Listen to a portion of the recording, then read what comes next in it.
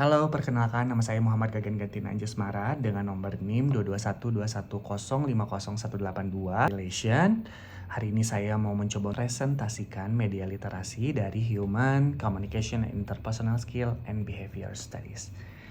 Baik, sebelumnya saya mau introduction dulu.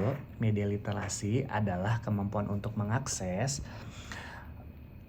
menganalis, mengevaluasi, dan menciptakan pesan di berbagai bentuk media. Tujuannya untuk apa sih? Tujuannya untuk membantu individu memahami informasi yang disampaikan oleh media secara kritis, sehingga mereka dapat membuat keputusan yang bijak, baik sebagai konsumen maupun produsen informasi komponen untuk media literasi.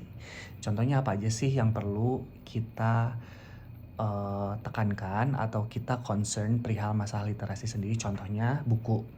Misalkan ketika kita membeli buku untuk anak, itu kita tahu bahwa isi dari buku tersebut yang memang diperuntukkan untuk mendidik anak-anak kita. Seperti itu. Contoh halnya, jika ada kejanggalan-kejanggalan, kita berhak untuk komplain atau kita kritis perihal masalah apa yang kita baca dan kita beli dari si buku tersebut kepada pencipta si buku atau perusahaan-perusahaan yang menerbitkan buku tersebut. Kayak gitu. Apa aja sih komponen dari si media literasi ini? Pertama ada akses. Kedua ada kemampuan untuk menemukan dan menggunakan media atau mengidentifikasi tujuan. Ketiga sendiri itu ada analyze atau analis. Dan keempat memahami dan mengevaluasi pesan dari media, termasuk mengidentifikasi tujuan, sudut pandang, dan potensi bias. Kemudian ada evaluasi atau evaluate. Kemudian ada 6 menilai kapabilitas, kekuatan, dan relevansi informasi diterima. Kemudian yang 7 itu cipta atau create. Dan yang ke-8 adalah memproduksi komponen atau pesan etis, kreatif, dan efektif sesuai dengan audiens atau media yang digunakan. Last but not least, manfaat dari media literasi sendiri itu ada 4 komponen. Yang pertama membantu menghindari penyebaran informasi palsu atau hoax. Kedua, meningkatkan kemampuan berpikir kritis terhadap isu-isu sosial, politik, ataupun budaya. Banyak sekarang kita bisa tahu, bahkan kita bisa melihat secara langsung, generasi-generasi sekarang itu sudah mulai melek perihal masalah literasi atau diskusi perihal masalah isu-isu sosial, politik, dan budaya. Kayak gitu.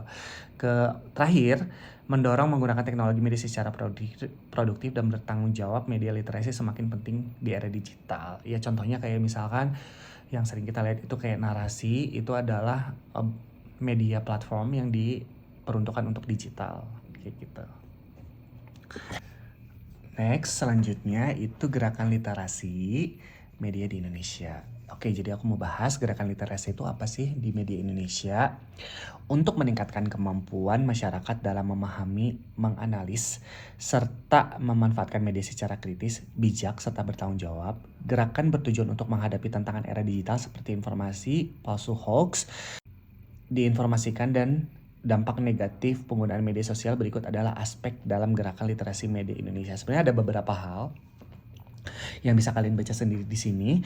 Meningkatkan literasi, contohnya digital. Jadi kita itu bisa melakukan penyuluhan serta pemberian ilmu knowledge tentang gerakan literasi media di Indonesia agar tidak terjadi banyaknya hoax-hoax yang disebarkan oleh beberapa media digital seperti itu. Next, selanjutnya gerakan literasi adalah sebuah inisiatif yang bertujuan untuk meningkatkan kemampuan individu dan masyarakat dalam membaca, memahami, dan mengaplikasikan informasi untuk kehidupan sehari-hari. Di sini saya mau menjelaskan beberapa pendapat dari para pakar. Contohnya seperti Anderson dari 2003 serta James Paul G. Anderson menyatakan bahwa literasi adalah kemampuan untuk mengidentifikasi, memahami, dan menafsirkan serta menciptakan, mengkomunikasikan, dan menghitung menggunakan materi tertulis secara cetak dan relevan. Ya contohnya seperti majalah, media cetak seperti koran, dan lain-lain seperti itu yang sering kita lihat bahkan sampai sekarang tuh ada gitu. Sedangkan menurut James Paul G, literasi tidak hanya tentang membaca dan menulis, tapi juga melibatkan discuss, cara berkomunikasi, memahami, dan berinteraksi dengan dunia. Ya contohnya misalkan kayak kita mencoba dengan konteks sosial atau budaya seperti itu. Jadi misalkan kayak budaya itu bisa merepresentasikan dari negara tersebut atau dari beberapa daerah. Seperti itu gerakan dari literasinya ya. Oke, selanjutnya tujuan literasi. Tujuan literasi bagi media Indonesia adalah membekali masyarakat dengan kemampuan untuk memahami, mengevaluasi, dan menggunakan media secara bijaksana. Di sini ada beberapa poin penting dari tujuan dari literasi ya. Satu, meningkatkan kemampuan kritis terhadap informasi. Masyarakat memahami isi media atau subjek. Kedua, membentuk pengguna media yang bijak, mengedukasi masyarakat untuk menggunakan media. Ya, kita banyak banget tahu bahwa KPAI atau misalkan pusat-pusat pemerintahan yang menaungi media digital ini sangat menghimbau bahwa kita harus memfilter beberapa kebijakan-kebijakan yang dilakukan pengguna media sosial ketika membagikan informasi seperti itu. Ketiga, untuk melindungi dampak negatif media. Itu masuknya ke poin kedua ya, seperti itu. Keempat, mendorong partisipasi dalam produksi konten positif. Jadi memang sekarang itu kalau kita perhatikan ada beberapa platform yang memang diperuntukkan untuk usia di umur di atas 18 tahun seperti itu. Jadi kita bisa baca sendiri ya. Kemudian yang kelima, mendukung demokrasi dan kebiasaan pendapat. Dan keenam, memperkuat kesadaran hak digital. Jadi kalau misalkan kita tahu nih bahwa di situ ada beberapa poin penting yang dimana kita harus tahu bahwasannya ada beberapa hak cipta yang tidak boleh ditiru atau diplagiarisme. Keenam, memperkuat kesadaran hak digital. Ketujuh, meningkatkan kompetensi literasi digital. Kedelapan, mengintegrasikan literasi media ke dalam pendidikan. Ya contohnya kayak misalkan sekarang udah banyak sekali contohnya seperti ruang guru kayak gitu ya teman-teman. Baik, selanjutnya.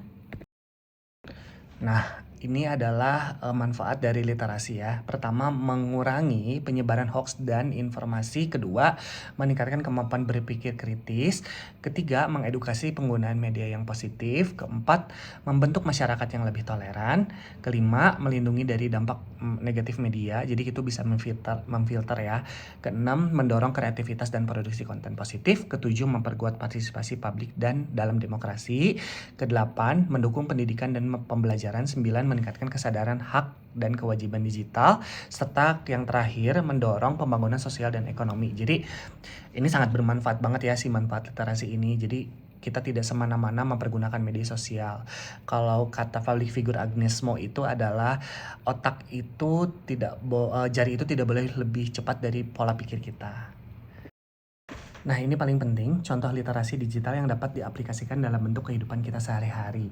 Pertama, mengelola informasi online, jadi kita harus memfilter dulu. Kedua, keamanan digital, jadi kita wajib tahu serta email dan password yang harus jelas gitu ya. Serta mudah diingat supaya tidak mudah dihack atau diretas oleh pihak-pihak yang tidak bertanggung jawab. Ketiga, etika di dunia maya, kita tidak boleh semena-mena atau mengucapkan kata-kata kasar, contoh hal simpelnya seperti itu kepada orang-orang yang sebenarnya kita juga tidak tahu problemnya seperti apa. Keempat, memanfaatkan teknologi untuk produktivitas ya, misalkan kayak affiliate, berjualan, itu hal-hal yang positif atau membagi konten-konten yang bermanfaat untuk orang-orang di sekitar. Kelima, membuat dan membagikan konten positif seperti poin 4. Untuk keenam, kewirausahaan seperti poin 4 juga. Itu bisa dipakai untuk berjualan seperti itu dan lain. Literasi di digital dan pendidikan ya, contohnya seperti ruang guru atau misalkan kita membagikan edukasi beberapa ilmu yang sudah pernah kita pelajari sebelumnya. Nah, selanjutnya ini ada jenis literasi. Jenis literasi itu ada beberapa poin penting yang harus kita tahu. Ini tuh ada 10 jenis literasi. Literasi informasi, literasi media, literasi keamanan digital, literasi komunikasi digital, literasi kesehatan digital, literasi sosial digital, literasi teknologi digital, literasi finansial digital, ke-9 literasi kreativitas digital, serta ke-10 literasi hak dan tanggung jawab digital. Jadi sudah cukup jelas ya, jenis-jenis literasi ini tuh bisa kita implementasikan atau aplikasikan ketika kita mempergunakan media sosial. Oke, next, prinsip literasi. Apa sih prinsip literasi itu? Prinsip literasi digital adalah panduan yang membantu individu menggunakan teknologi digital secara bijak, efektif, dan bertanggung jawab. Jadi ini di sini ada beberapa prinsip literasi ya. Ada 8 poin. 1, akses yang adil dan merata. Kedua, kritis terhadap informasi. 3, keamanan dan privacy. Keempat, etika digital. Kelima, kolaborasi digital. Serta keenam, inklusivitas. Ketujuh, pembelajaran berkelanjutan, kreativitas dan inovasi. Jadi kalian bisa baca langsung ya. Di sini ada beberapa pengertian-pengertian yang perlu kita tahu bahwa prinsip literasi itu sebenarnya ada. Nah, di sini aku pribadi mau membahas perihal masalah strategik minat baca.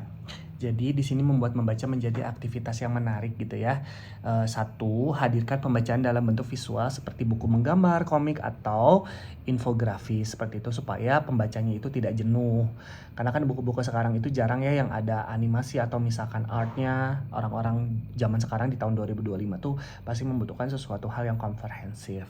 Dua, menyediakan akses mudah dan buku dan bacaan. Jadi strategik supaya misalkan kayak ada perpustakaan keliling atau misalkan ada beberapa tempat yang memang menyediakan buku-buku terbaru yang bisa konsumen atau calon kliennya itu bisa baca. 3, meningkatkan kesadaran tentang pentingnya membaca. Jadi kita mengedukasi, banyaknya kita memberikan informasi bahwa betapa pentingnya kita membaca buku.